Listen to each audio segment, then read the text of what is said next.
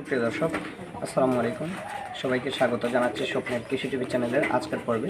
দর্শক, আজকে আমরা চলে এসেছি সড়ক বাজারে পশ্চিম দর্পনগর গ্রামে। এখানে ডাক্তার আব্দুল মুহিত রাসেল ভাই একটি খামার গড়ে তুলেছেন কবুতরের। দর্শক, আমি দেখাবো ওনার খামারে বেশিরভাগই গিরিবাজ জাতের বা রেসার জাতের কবুতর রয়েছে।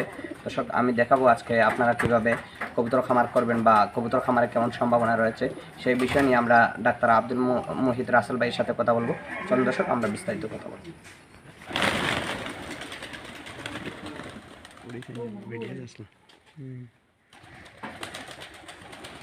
আসসালামু আলাইকুম। কেমন আছেন? আপনার এখানে কেমন সংখ্যক কবুতর রয়েছে? আমরা সেইগুলো দেখার জন্যই মূলত চলে এলাম আপনার এই ফার্মে। আমার এখানে প্রায় 50 জোড়ার মতো আছে বর্তমানে কবুতর, সব জাত মিলিয়ে। আচ্ছা, আপনার এখানে কোন কোন জাতের কবুতর? আমার এই জায়গায় বেশিরভাগ হচ্ছে লক্কা, গিরিবাজ, লক্কা, তারপরে হচ্ছে আপনার এই রেসারের জাতের কবুতর, এগুলো রেসার বেশি রয়েছে। আচ্ছা, আপনি কি রেস করেছিলেন? না, কখনো করাইনি। এমনিতে একটা আছে নাকি, মানে ভবিষ্যতে আছে, যদি এরকম বড় করতে পারি খাবারটা, তাইলে এরকম রেস করার ইচ্ছা আছে আর কি। এমনিতে কি ওইগুলা কোনো ট্রেনিং করানো হয় আপনার? মাঝে মধ্যে বাড়ির আশেপাশে বা ওই আমাদের জমির পাশে নিয়ে একটু ধীরে ছেড়ে দেওয়া হয়।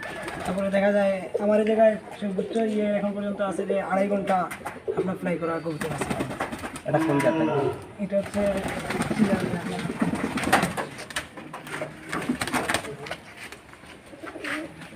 হচ্ছে চিলা জাতের। এটা কত বলছিলাম? 2.5 ঘন্টা। 2.5 ঘন্টা, হ্যাঁ। আচ্ছা, কেউ যদি চায় আপনার এই কবুতরগুলা কিনতে, আপনি কি বিক্রি করবেন? হ্যাঁ, বিক্রি করবো অবশ্যই। আচ্ছা, ওই জোড়া কত টাকা হলে আপনি বিক্রি করতে পারবেন? 2000-2500 এরকম হলে আমি বিক্রি করবো।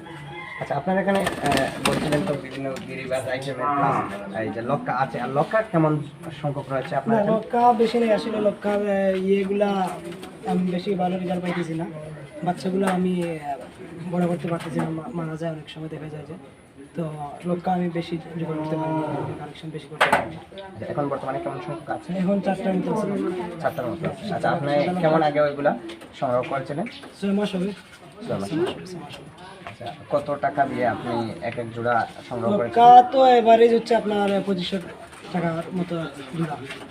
আমাদের লোকাল বাজারে বা নেট থেকে যদি সংগ্রহ করতে যাই 2500 টাকার মতো আসে। আচ্ছা, আচ্ছা, আপনার কবুতর গুলাকে আপনি কি কি খাবার দেন?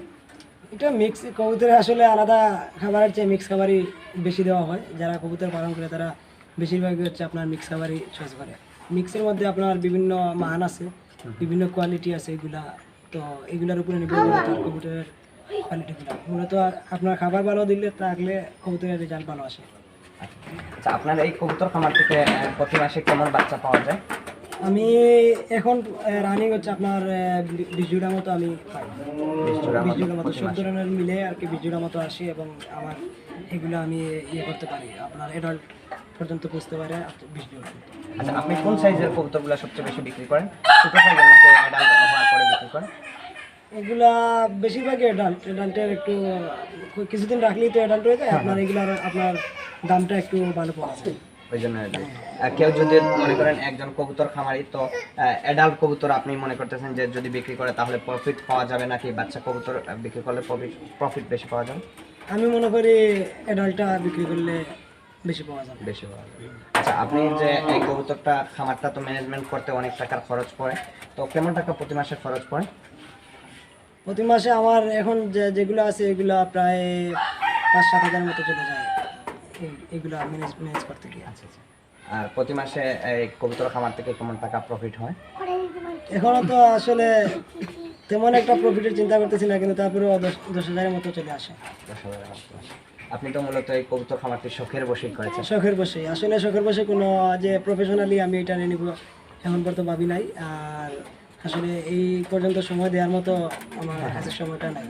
তারপরে ওই যে অফিসে যাওয়ার আগে এবং অফিস থেকে আসার পরে যতটুকু সময় পাই আর আমি এই কবুতরের সাথে স্পেন্ড করি আর কি। আচ্ছা, আচ্ছা। কবুতরগুলা কেমন দিন যাবত আপনি লালন পালন করতেছেন? 2.5 থেকে 3 বছর হবে। 2.5 থেকে 3 বছর হবে। আচ্ছা, কবুতরের রোগ ব্যাধি কী কী হয় থাকে? আপনি তো দীর্ঘদিন প্রায় 2.5 থেকে 3 বছর লালন পালন করতেছেন, তো কোন কোন রোগ বেশি পাওয়া যায় বা এই সময় করণীয় খামারিদের কী হয় থাকে? বেশিরভাগ যেটা হয় আমার এখানে যেটা হচ্ছে আর কি যে বা আগে এখন বেশি হয় না, তো গুটিগুলা বেশি হয়। বাচ্চা ছোটো ছোটো বাচ্চাগুলার মশা কামড় থেকে আপনার গুটি বের হয়ে যায়। তারপরে আপনার একটু পায়খানা, বিভিন্ন কালারে পায়খানা করে, সোনা পায়খানা করে, এগুলা দেখে তারপরে কৃমি আক্রমণ করে। তারপরে আপনার ওই যে বাড়িতে একটু যৌথ বাড়িতে এই জন্য বিভিন্ন ধরনের রোগ ব্যাধি ছড়ায় যায়, মুরগ থেকে, হাঁস থেকে।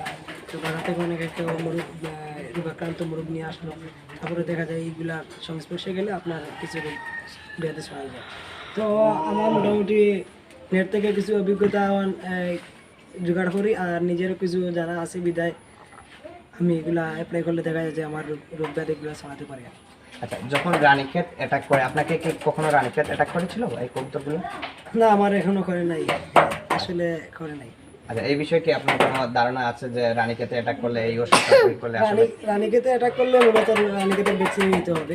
সব আপনার খাবার থেকে লাভ আশা করলে আপনার মনে করেন আপনার সব ধরনের কোর্স, টিমি কোর্স, বিভিন্ন ধরনের যে কোর্সগুলো আছে আপনার এই কবুতরের, এগুলো আপনার অবশ্যই কমপ্লিট করতে হবে।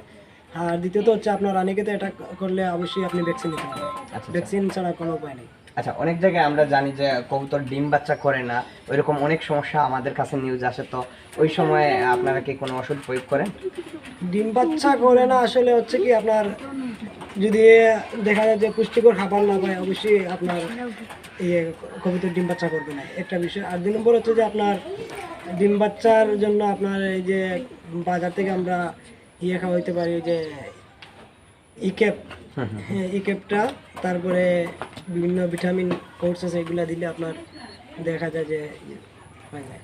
আচ্ছা, আপনি তো মুক্ত অবস্থায় এগুলাই লালন পালন করতেছেন। আমার এটাতে দুইটা সিস্টেমে করা যায়, আপনার মুক্ত এবং বন্ধ অবস্থায় করা যায়। কারণ হচ্ছে যে আমার দরজাগুলো বন্ধ করে দিলে এর ভিতরেই আমি খাবার দিতে পারি, অসুবিধা নেই। আমি বৃষ্টির দিনে কম ছাড়ি, এখন শুকনো মৌসুমে দেখা যায় যে ছাড়লেও অসুবিধা হয় না, কিন্তু বৃষ্টির দিনে আপনার মুক্ত অবস্থায় পালন করলে দেখা যায় যে বৃষ্টিতে ভিজে অনেক সময় এই কবুতরেরও জ্বর সর্দি হয় আপনার, এই জন্য দেখা যায় তখন মারা যায়। বৃষ্টির দিনে বেশিরভাগই কবুতরের খাবারের দিন লস হয়, বা শীতকালীন মৌসুমে কবুতর লস হয়। এই যে শুকনো মৌসুম আছে, এই সময়টা আসলে মানে একটা হয় না, সমস্যা হয়। আর আমি এখনও আপনার হালকা বৃষ্টি হলে আমি এই দিন আর কবুতর হয় না, আপনি খাবার দিন বন্দি বন্দি অবস্থায়? অবস্থায় রাখেন।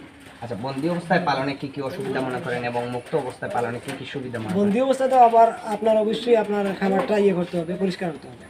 খাবার মাস্ট বি আপনি পরিষ্কার করতে হবে। আপনার আপনার তাদের বিষ্ঠা থেকেও আপনার জীবাণু ছড়ায়। তো বন্দি অবস্থায় পালন করলে আপনার কন্টিনিউয়াস আপনার পানি চেঞ্জ করতে হবে, তারপরে খাবারগুলার বাটিগুলো চেঞ্জ করে দিতে হবে। আর আপনার অবশ্যই তো আপনার তার যে জায়গাগুলো আছে নিচে ময়লা যেগুলো পড়ে ওইগুলো আপনার পরিষ্কার করতে হবে। আর মুক্ত অবস্থায় এটা আসলে তেমন একটা পরিষ্কার প্রয়োজন নেই। আচ্ছা, আপনি তো এই খাঁচাটাই সম্পূর্ণ তৈরি করেছেন এই কবুতরের জন্য। তো এই খাঁচাটা তৈরি করতে আসলে কত টাকা খরচ হবে? আমার এই খাঁচাটা তৈরি করতে আপনার 25,000 টাকা। 35,000 টাকা ঠিক হয়ে গেছে। আচ্ছা, আর এরপরে কত টাকা ইনভেস্ট করে আজকে এই পর্যন্ত আসলে? এই পর্যন্ত আমার খরচ হবে প্রায় 2.5 থেকে 3 লক্ষ। 2.5 থেকে 3 লক্ষ।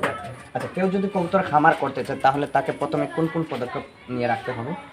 আপনার কবুতর পালন করা শুরুর আগে অবশ্যই আপনি কবুতর পালন পদ্ধতি সম্পর্কে আপনার অবশ্যই জানতে হবে।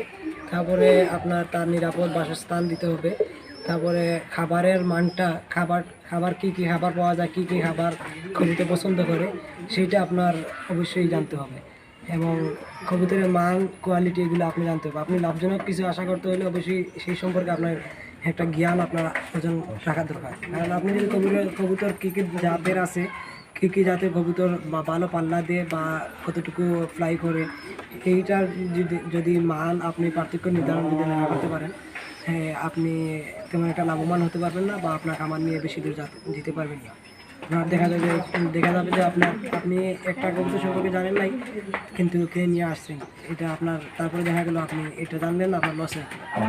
দর্শক, আপনারা প্রথমে জেনে বুঝে কবুতরের খামার করবেন, এবং যারা কবুতরের খামার করেন তারা অবশ্যই প্রথমে যাতে এমন ধরনের খাঁচা তৈরি করবেন যে খাঁচাগুলোতে অন্যান্য জীবজন্তু বা প্রাণী আক্রমণ করতে না পারে, সেই বিষয়টাই লক্ষ্য রাখবেন।